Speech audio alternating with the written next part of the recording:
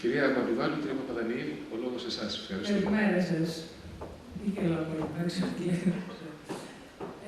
35 χρόνια πριν, όταν είχα έρθει τον Καναδά και με ρώτανε τι έχει σπουδάσει, έλεγα ότι είμαι εκπαιδευτικός τεχνολόγος. Και κανένας δεν ήξερε τι είναι αυτό. Και έλεγα πάρα πολύ άσχημα και δεν μπορούσα να πω. Μου λέει, μα δεν είσαι εκπαιδευτικός. Λέω, όχι, είμαι εκπαιδευτικός τεχνολόγος. Τώρα λοιπόν νιώθω πάρα πολύ καλά, διότι επιτέλους μπορώ να πω είμαι εκπαιδευτικός τεχνολόγος.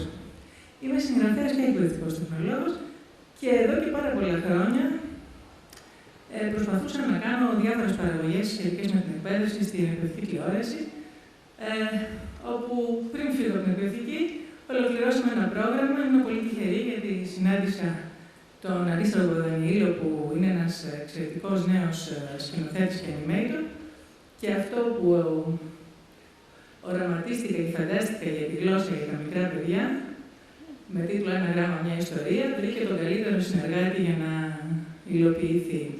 Πρέπει πολύ, μόνο 10 λεπτά και είναι πολύ λίγος χρόνος. Θα προσπαθήσουμε να... Ένα σύντομο βίντεο όπου θα δείτε πώς στο τρέιλερ της σειράς «Ένα γράμμα, μια ιστορία», που είναι η πρώτη εκπαιδευτική σειρά κειμένων σχεδίων ελληνικής παραγωγής, και επίσης το πώς εφαρμόζεται το διαδραστικό περιβάλλον μάθησης, το οποίο θα σας παρουσιάσουμε στην τάξη σε διαδραστικό πίνακα.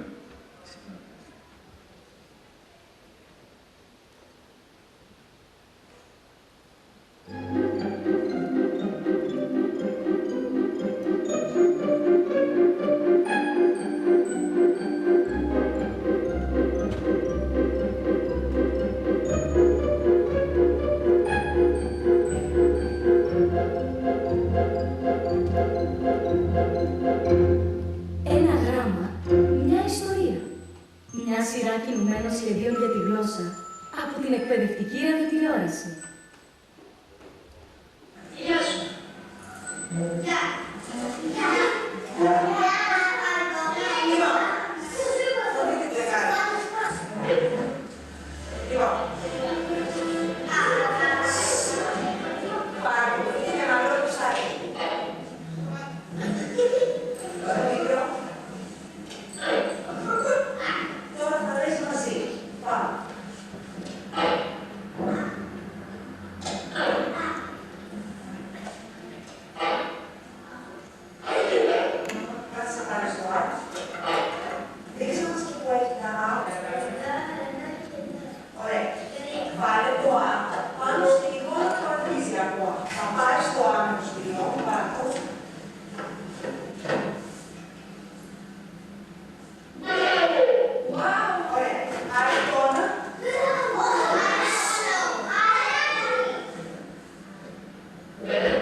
Αυτή είναι η πρώτη πιλωτική εφαρμογή που κάνουμε προς βελτίωση του υλικού.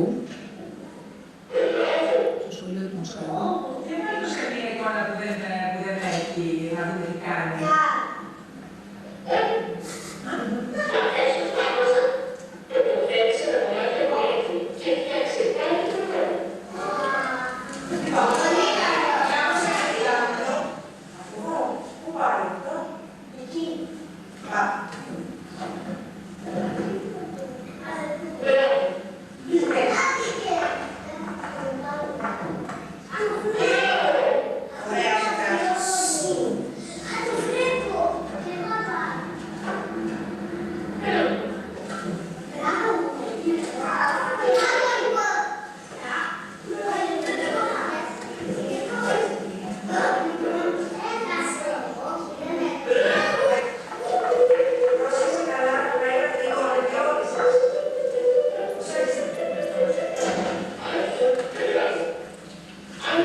Για λόγους οικονομίας χρόνου θα το σταματήσουμε εδώ το βίντεο.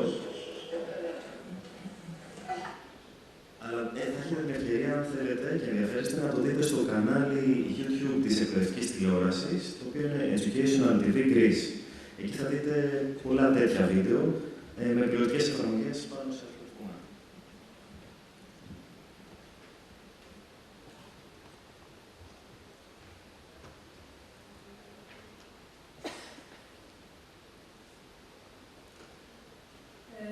Εκείνο που σχεδιάσαμε ήταν ένα πολυμορφικό πακέτο μάθησης για την εκμάθηση της γλώσσας στην προσχολική και την πρώτη σχολική ηλικία.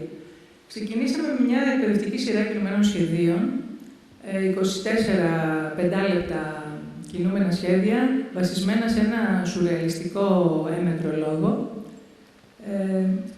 Και μετά κάναμε ένα πιλότο για το πρώτο γράμμα, το Α, την αχτένιστη Αγελάδα, και φτιάξαμε ένα διαδραστικό περιβάλλον μάθησης. Και ευελπιστούμε ότι θα βρούμε τα χρήματα να συνεχίσουμε και τα υπόλοιπα.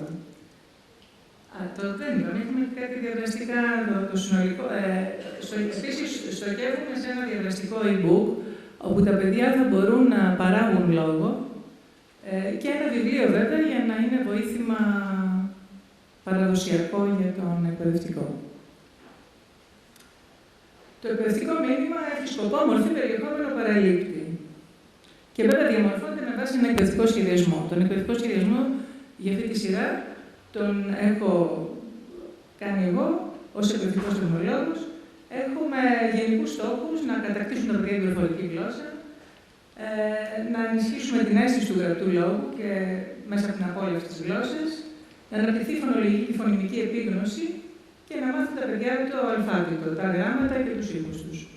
Ήταν αρχικοί στόχοι για την σειρά των κειμένων σχεδιών, οι οποίοι επιτείνονται και αναπτύσσονται με το διαδραστικό περιβάλλον. Ναι, πρέπει να σας μιλήσουμε για τη σειρά πρώτα, πριν από το διαδραστικό, γιατί αυτό το διαδραστικό περιβάλλον μάθησης, το διαδραστικό παιχνίδι, βασίζεται επάνω στη σειρά. Η καινοτομία είναι ότι χρησιμοποιούμε το κινούμενο σχέδιο της σειράς για να φτιάξουμε ένα διαδραστικό περιβάλλον με τα παιδιά,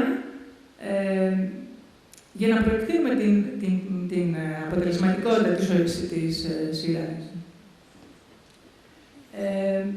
Έχουμε βοηθήσει, έχουμε σχεδιάσει έτσι ώστε να μπορεί να χρησιμοποιηθεί ομαδικά στην τάξη από τον εκπαιδευτικό και στα εργαστήρια ή στο σπίτι με παρέα. Να τα πούμε λίγο, ναι. Όπως βλέπετε εδώ είναι 26, εγώ να δω από εδώ γιατί είχα λίγο προσγελιά. Έχουμε 24, 5-6 λεπτά, όπως σας είπα, το ηλικιακό κοινό είναι προσχολική και πρώτη σχολική ηλικία. Είδα και το σενάριο ήταν δικά μου, η σκηνοθεσία ήταν και animation, έγινε από τον Αρίσταρχο, το Δανιήλ και στην πορεία και από μένα. Η μουσική έχει ο Δημήτρης Μαρέμης, η παιδαγωγία του Μέγενο, μια συνάδελφος της εκπαιδευτικής και εμένα. Και γενικά έχει πάρει, μέσα στο λίγο χρονικό διάστημα που δουλεύουμε, έχει πάρει βραβείο για εκπαιδευτικό φιλμ, έπαιρνε το φεστιβάλ Δράμας, καλύτερο animation, γιατί ο Αρίσταρχος είναι εξαιρετικός σε αυτό, και καλύτερη κριτική ταινία. Και σήμερα πήραμε τη Σφραγίδα. Σας ευχαριστούμε πάρα πολύ για τη Σφραγίδα σας. Το εκπαιδευτικό σενάριο είναι η σύνθεση της τηλεοπτικής και της γλώσσας. Ουσιαστικά είναι ένα μεταφιεσμένο μάθημα, όπου η γνώση είναι αόρατη. Ο σκοπός της σειράς ήταν η μάθηση να επέλθει μέσα από την ψυχαγωγία, το παιδί να γνωρίσει τα γράμματα και τους ήχους της γλώσσας, μέσα από τις χιουμοριστικές, σουρεαλιστικές ιστορίες. Εγώ γενικώς είμαι γνωστή από τα βιβλία μου σουρεάλ. Και εκείνο που θέλαμε είναι να συνδυάζει την παιδαγωγική, παραμυθική και τηλεοπτική γλώσσα. Και νομίζω ότι αυτό το έχουμε πετύχει. Ναι, η στόχη είναι να ακούσει και να χαρεί τους ήχους της γλώσσας, να ανακαλύψει τα γράμματα μέσα από χαρούμενα σχήματα στο περιβάλλον της ιστορίας, να αναπτύξει την παρατηρητικότητά του στον χώρο γύρω του, να εμπλουτίσει το λεξιλόγιό του. Κάθε ένα από αυτά τη σειρά τα επεισόδια έχει τουλάχιστον 100 λέξεις που αρχίζουν από το συγκεκριμένο γράμμα. Οπότε τελειώνοντας όλα τα επεισόδια αυτά, το παιδί τίθεται σε τουλάχιστον 4.000 λέξεις. Είναι πολύ σημαντικό για το λεξιλόγιό του. Ένας άλλος στόχος είναι η διαθεματική προσέγγιση της γνώσης, που σίγουρα γίνεται στα σχολεία. Και ένας δευτερεύον στόχος για τη σειρά, αλλά πρωτεύον για το διαδραστικό, ήταν να αντιληφθούν τα παιδιά τη φορά της γραφής του γράμματος. Και το γράμμα μέσα στη λέξη. Επίσης είχαμε και στόχους για το εκπαιδευτικό. Πόσο έχουμε? Ένα μόνο. Θα ανέβει το PowerPoint στο site μας οπότε θα μπορείτε να τα δείτε εκεί. Ναι. Προτιμόμενες δραστηριότητες για τους εκπαιδευτικούς. Οι επιλογές μεθόδων και μέσων έχουν επιτρέψει με τεχνικές εκπαίδευσης όπως είναι η ποίηση, το χιούμορ, η μουσική και το animation, Συγκεκριμένα, η ποίηση, όπως λέει η Σοφία Μητροβάλλου, είναι η πλαστελήνη του λόγου και αντλείται από αυτήν απόλαυση αλλά και γνώση. Είναι ένα εξαιρετικό διδακτικό εργαλείο. Επίσης, το χιούμορ είναι η σύλληψη των πραγμάτων από την κομική του πλευρά. Η μουσική ενισχύει μνημονικές και ακουστικές δεξιότητες. Και έχουμε επιλέξει ως προς το animation το δυσδιάστατο ψηφιακό, γιατί ταιριάζει ποιητικά και εξαιρετικά με την δυσδιάστατη μορφή των πραγμάτων και την καθαρή μορφή των πραγμάτων.